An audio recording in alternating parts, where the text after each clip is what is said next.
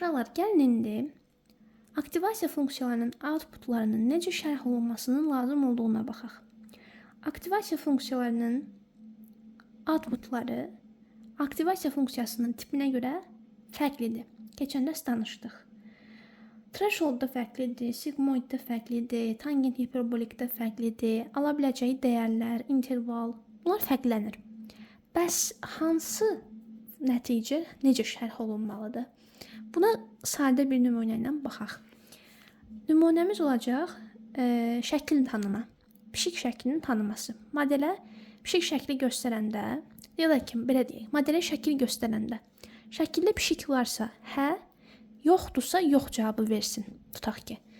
Yəni, bu öyrədilir modelə, düzdürmü? Modelə öyrədirsən ki, pişik şəkli olanda onu tanısın və bunun sayəsində model istənilən qarışıq bir şəkildə pişiyi varsa onu görə bilsin. Və məsələ budur, düzdürmü? Yəni, şəkil tanıma teması budur. Hər hansı bir şəkildə pişiyi tanısın. Pişik varsa onu görsün, detekt eləsin. Bunu eləyə bilməsi üçün ona sən çoxlu pişik şəkilləri verməlisən, öyrətməlisən. Öyrənmə prosesində öyrəndiyini yoxlamaq üçün tək-tək pişik şəkillərini verə bilərsən və nə cavab verdiyinə baxa bilərsən. Anladınız, task necədir? Deməli, şəkil tanıma taskıdır. Pişik cavabı, pişik şəkli görsə, yəni şəkildə pişik görsə, hə, görməsə, yox cavabı verməsini istəyəcəm. Amma bu, istifadə olunan aktivasiya funksiyasından asılı olaraq bu qədər bəsit olmaya bilər. Gəlin baxaq. Birinci təqdim elədiyimiz aktivasiya funksiyası threshold və ya digər adıyla heaviside function idi. Hansı ki, iki cür outputu var, 1 və 0. Outputunun 1 olması daxil şərti altında buna encoding deyilir. Biz kodlaşdırırıq. 1 outputu verirsə, hə cavabı çıxarır deməkdir. 0 outputu verirsə, yox cavabı deməkdir. Deməli, məsələn, keçən dərs demişdik, McCloud-Pitts modeli. Adını yazmıram, uzundur. McCloud-Pitts modelində istifadə olunan aktivasiya funksiyası threshold funksiyaydı.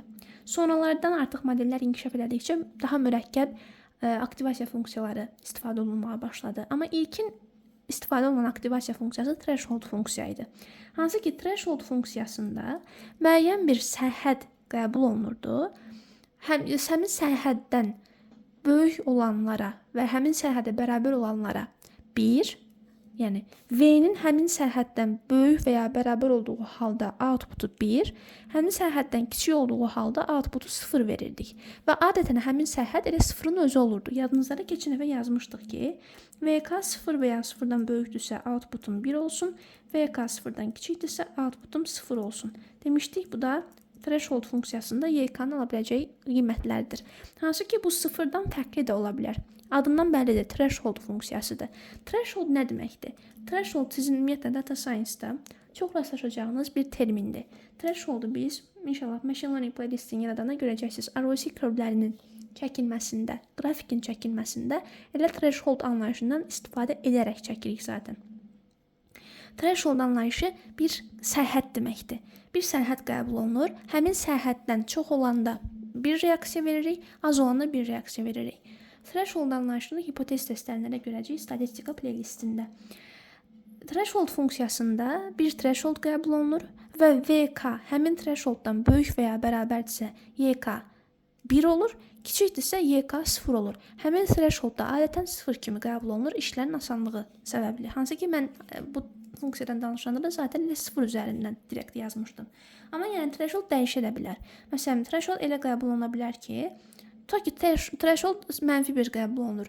Ədəd, yəni VK input -1-dən böyük və ya bərabərdirsə modelin cavabı 1 olsun, yəni hə cavabı versin. Mən 1-ə hə demişəm, 0-a yox demişəm axı. Hansı ki, bu da dəyişə bilər. 1-ə yox, 0-a hə cavabını da ataya bilərəm. Amma insan beyni belə 1-ə varlıq, 0-a yoxluq kimi baxır deyə bu kimi kodlaşdırma daha asandır, daha anlaşılandır. VK-nın -1-dən kiçik olduğu hallarda isə 0 cavabı verməsini set eləyə bilərəm. Yəni, bu məndən asılıdır. Lakin 0 müsbət və mənfi ədədlər arasında ayrıcı rolunu oynadığına görə belə bir ayrım daha məntiqə uyğundur. Yəni, McCloud-Pitts modelində istifadə olunan aktivasiya funksiyası threshold funksiyaydı. Lakin threshold funksiyanın outputlarının çıxması həmişə eynidir, yəni binary-dir, ya ha, ya yox cavabı verəcək. Amma hə-yə 1, yoxa 0 atamaq heç bir şəkildə məcburi deyil.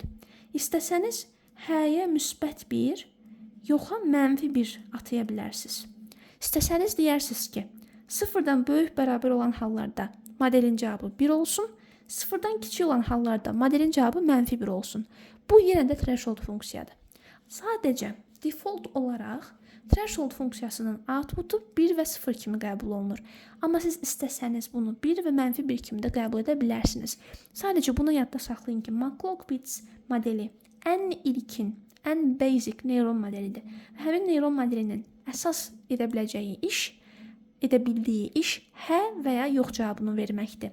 Şəkili göstərirsiniz. Şəkildə pişik varsa hə deyəcək, yoxdursa yox deyəcək. Öyrənən bir modeldən söhbət gedir. Bu da outputundan asılıdır. Outputunu belə set eləmişəmsə ki, 1 görsəm hə deyəcəm, 0 görsəm yox deyəcəm. 1 outputu çıxarsa şəkildə pişiyin olduğunu demək istəyir kimi başa düşəcəm. 0 outputunu çıxarsa olmadığını demək istəyir kimi başa düşəcəm. Lakin dediyim kimi bu 1 və 0 kodlaşdırması məcburi deyil. İstəsəm 1 və mənfi 1 kimi də kodlaşdıra bilərəm hə və yoxu. Yəni bu funksiyanın yazılışı üzərində oynaya bilərəm. Məsəl üçün threshold-da dəyişə bilərəm. Tutaq ki, threshold-u 0 set eləmişəm. Yaza bilərəm ki, 0-dan böyük bərabər input olanda outputun 1 olsun, 0-dan kiçik input olanda outputun mənfi 1 olsun. Heç bir fərqi yoxdur. Əsas siz məntiqə baxın. Həmişə threshold funksiyası binary cavab qaytarır. Bir-birinin əksi binary cavablar hə və ya yox. Hansı ki, bu səbəbdən McLaughlin modelində istifadə olunan funksiya aktivasiya funksiyası məhz threshold funksiyası idi. Nəysə, threshold funksiyasının outputlarını, yəni şərh eləmək asandır. Belə bir kodlaşdırma ilə işə başlamışamsa, 1 görsəm hə deyəcəm, 0 görsəm yox qəbul edəcəm. 1 və ya mənfi 1 kimi kodlaşdırmışamsa, 1 görsəm hə deyəcəm, mənfi 1 görsəm yox deyəcəm. Bu qədər. Keçdik ikinci funksiyaya. İkinci və üçüncü funksiyalarımız sigmoid və tangent hiperbolik funksiya. Yox, belə eləyək. Sinin funksiyasını yazım ikinci növbədə, çünki sinin funksiyası asandır. Sinin outputları nə idi? 1, mənfi 1 və 0. Əgər inputumuz müsbətdirsə, müsbət 1 qaytarırdı. Inputumuz mənfidirsə, mənfi 1 qaytarırdı. Inputumuz 0-dırsa, 0 qaytarırdı. 0 burada sərhəd nöqtəsidir. Inputun müsbət olduğu istənilən bir halda sinin funksiyasının outputu, yəni YK, modelin neyronun outputu 1-dir. Bu o deməkdir ki, şəkildə pişik var. Mənfi 1-dirsə outputumuz, bu o deməkdir ki, model elə düşünür ki, şəkildə pişik yoxdur. Lakin outputumuz gəlib 0 çıxıbsa, 0 tam aradadır. Bu deməkdir ki, neytral və ya qərarsız bir neyrondur. Həmin şəkildə pişik varmı, yoxmu dəqiq başa düşmür. Dəqiq identify eləmir. Ona görə də 0 çıxarıb. Yəni neytral, qərarsız bir neyrondur. Hələ öyrənməsi lazımdır. Hələ ki cavabdan əmin deyil. Deməli, sinin funksiyasında thresholddan fərqli olaraq qərarsızlıq halı təqdim olundu. 0 outputunu gördüksə, nə hə demiş olur, nə yox demiş olur. Aydın məsələdir. Gəlin keçdik üçüncü hala. Ümumiyyətlə, belə də bir mənbədən oxumuşdum ki, müsbət 1 və mənfi 1 halları bir-birinin əksi olmasına baxmayaraq neyronun ateşlədiyi hallardır. Lakin 0 bu kimi bir deyək, situasiyada neyronun pasiv qaldığı andır. Düzdürmü? Amma burada məsəl üçün hə cavabı neyronun aktiv olduğu, 0 cavabı neyronun pasiv olduğu andır. Düzdürmü? Çünki burada bir-birinin əksi hallar var. Biri binary bir situasiyadır. Ona görə biri aktiv hal olmalı, biri pasiv hal. Burada isə artıq vəziyyət biraz fərqlidir. Bu iki halda neyron aktiv hesab olunur. Sadəcə burada müsbət yöndə aktiv, burada mənfi yöndə aktiv hesab olunur. Burada isə neyron heç bir qərar, net qərar verə bilmədiyinə görə pasiv, o an üçün pasiv, neytral hal hesab olunur. Yəni belə bir şeylər də oxumuşdum, amma məncə o qədər belə dərinləməyə ehtiyac yoxdur. Çünki sinin funksiyası o qədər aktiv istifadə olunan bir funksiya deyil. Yəni buranı boş verin, bu dediklərimi unuda bilərsiniz. Üçüncü nədir? Üçüncü sinin, baxın, sigmoid funksiyasıdır. 3 və 4-cülər ən önəmliləridir və maraqlılardır. Sigmoid funksiyanın qrafiki yadımızdadır hər halda. Formulu da yadımızda olar yəqin ki. Bu funksiyada qrafik yadınızdadırsa, şaqili oxu, yəni YK-nı, ümumiyyətlə maksimum qiyməti, YK-nı ala biləcək qiymətlər 0 və 1 aralığındakı qiymətlərdə maksimum 1, minimum 0 və YK-nı funksiyanın qrafiki 1 bölü 2 nöqtəsində kəsirdir. Çünki VK-nın yerinə 0 qoysanız 1 bölü 2 alınır. Və S şəkilli sigmoidal bir qrafik idi. Sigmoid funksiyanın qrafikinə baxanda, qrafiki bu arada çox pis çəkdim, amma siz bilirsiniz zaten. Keçən dəfə yaxşı çəkmişdim. Sigmoid funksiyanın qrafiki bizə bir şey deyir. 1 bölü 2 nöqtəsini sərhəd nöqtəsi kimi qəbul edirsiniz və deyirsiniz ki, 1 bölü 2 ilə 1 arasında olan hər hansı bir outputu H kimi şərh eləyəcəm. 0 və 1 bölü 2 arasında olan hər hansı bir outputu isə yox kimi şərh eləyəcəm. Bu çox önəmli bir qərardır. Yəni sigmoid funksiyasında həmin qrafikin YK-nı kəsdiyi nöqtə qərar sərhədidir. Yəni thresholddur. Bayaq dediyim kimi threshold nədir? Threshold qərar verici sərhəddir.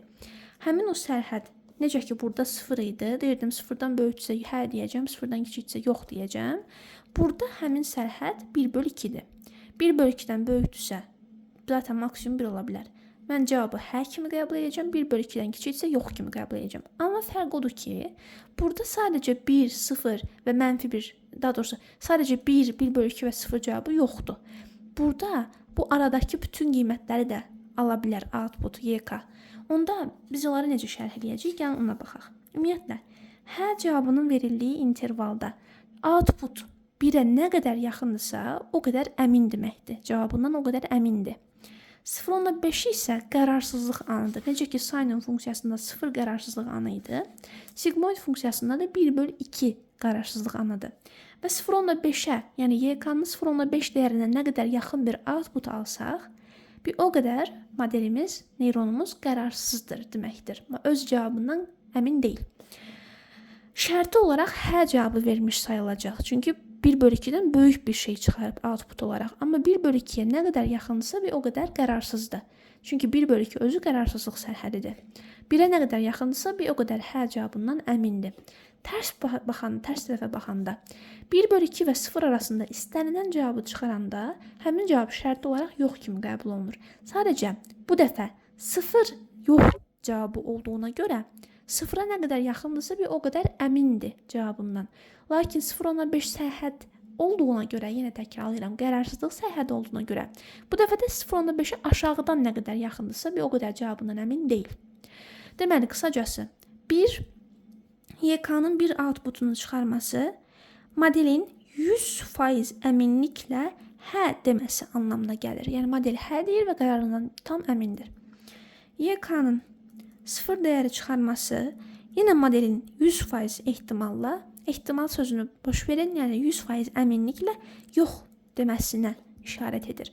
Yəni model yox deyir və qərarından qayət əmindir. Çünki 0-ı yox, 1-i hə kimi inkod eləmişdim. Onda 1-in özü output kimi çıxsa hə deməkdir və çox əmin şəkildə, 0 çıxsa yox deməkdir və yenə çox əmin şəkildə. YK-nın 0,5 çıxması isə 50% ehtimalla modelin hə cavabı vermək istədiyini, 50% ehtimalla, şansla da yox cavabı vermək istədiyini göstərir. Yəni model əmin deyil, qərarsızdır. Bunun kimi neytraldır. Sinin funksiyasının 0 anı kimi. Yəni bilmir hə desin yoxsa yox desin. İkisinə də oxşuyur. Ona görə də 0,5 anı bizim üçün sigmoid funksiyanın qərar verici thresholdudur. Ona görə 0,5-dən böyük, 1-ə çox yaxın bir dəyər çıxsa, məsələn 0,9 çıxsa, bu deməkdir ki, model hə cavabını verir və 1-ə yaxın bir cavab çıxarıb. Yəni qayət əmindir. 90% ehtimal var burada. Yəni bayağı əmindir. Çünki 1-ə çox yaxındır. Bu kimi belə şərh olunmalıdır. Yəni hə cavabı verir və qayət əmindir. Lakin YK 0,1 çıxsa nə baş verər? 0,1 yenə də şərti olaraq 0,1 nədir? 0,6 deyək. 0,6 çıxartsa, 0,6 şərti olaraq bu intervala düşür. Yəni şərti olaraq hə cavabıdır. Lakin qərarsızlıq sərhədinə görsün nə qədər yaxındır. 0,6 qərarsızlıq sərhədi olan 0,5-ə çox yaxındır. Deməli, biraz əminsizlik var. Yəni o qədər də əmin deyil. Bu ədəd getdikcə kiçilsə, 0,5-ə doğru yaxınlaşsa, 0-dan %52 olsa, şərti olaraq hədir, lakin çox-çox qərarsızdır. Çox-çox qərarsızdır. 1-ə yaxınlaşsa, hədir və tam qərarlıdır. Başa düşdünüz buranı. İndi gəlin əks tərəfə baxaq. Əks tərəfdə neyronun 0 çıxarması neyronun əminliklə yox dediyi anlamına gəlirsə, 0.5-ə aşağıdan yaxınlaşması da qərarsızlaşması anlamına gəlir. Yəni aşağıdan yaxınlaşdıraq, 0.4 çıxaraq, şərti olaraq model yox demək istəyir, lakin o qədər də əmin deyil. Biraz əminsizlik var. YK 0.49 çıxardı. Yox deyir, məcburən şərti olaraq yox götürməliyəm, lakin çox qərarsızdır. Düzdürmü? Çox qərarsızdır. Yəni 0.5 demək olar hətta. Heç cavabına etibar belə eləmək olmaz. YK-nın lakin elə bir şey olub ki, ona əsasən yox demək qərarına gəlib neyron. YK-nın 0.1 çıxması bəs nədir? 0.1, 0.5 sərhədindədir və 0-a çox yaxındır. 0-a daha yaxındır. Ona görə yox deyir və qayət əmin şəkildə deyir. YK-nın 0.1 çıxarması 0-a çox daha yaxındır. Yox deyir və çox daha əmin şəkildə deyir. Başa düşdüyünüz sigmoid funksiyada vəziyyət necə işləyir? İndi gəlin eynisini tangent hiperbolik eləyək. Əgər bunu sigmoidi başa düşdünüzsə, bunu daha yaxşı başa düşəcəksiniz. Çünki tangent hiperbolik funksiyada, gəlin bunun kimi yazmağa çalışıram. Üstəgəl y mənfi vk bərabərdir yk və intervalı da -1 və 1 arasıdır. Ay, siz görmürsünüzmüş. Belə yazdım. -1 və 1 arasıdır. Biz bunun qrafikini çəkirəm. VK yazıram, YK yazıram, 0 yazıram. Buna maks ala biləcəyi qiymət xəyali olmadı xəttlər nəysə. Müsbət 1 minimum ala biləcəyi qiymət isə -1-dir, sigmoidal funksiyadır. Buradan keçir, beləsinə. Всё. İndi tangent hiperbolik funksiyada sizcə qərar sərhədi nədir? Təbii ki 0. 0 ilə 1 arasında cavab görsəniz hə deyəcəksiniz. 1-ə hə, -1-ə yox demək şərti ilə. 0 və -1 arasında cavab görsəniz yox deyəcəksiniz. Bu dəfə də 1-ə nə qədər yaxındırsa hə deyə o qədər əmindir. -1-ə nə qədər yaxındırsa cavab yoxdur və o qədər əmindir. Yəni yox cavabıdır və o qədər əmindir.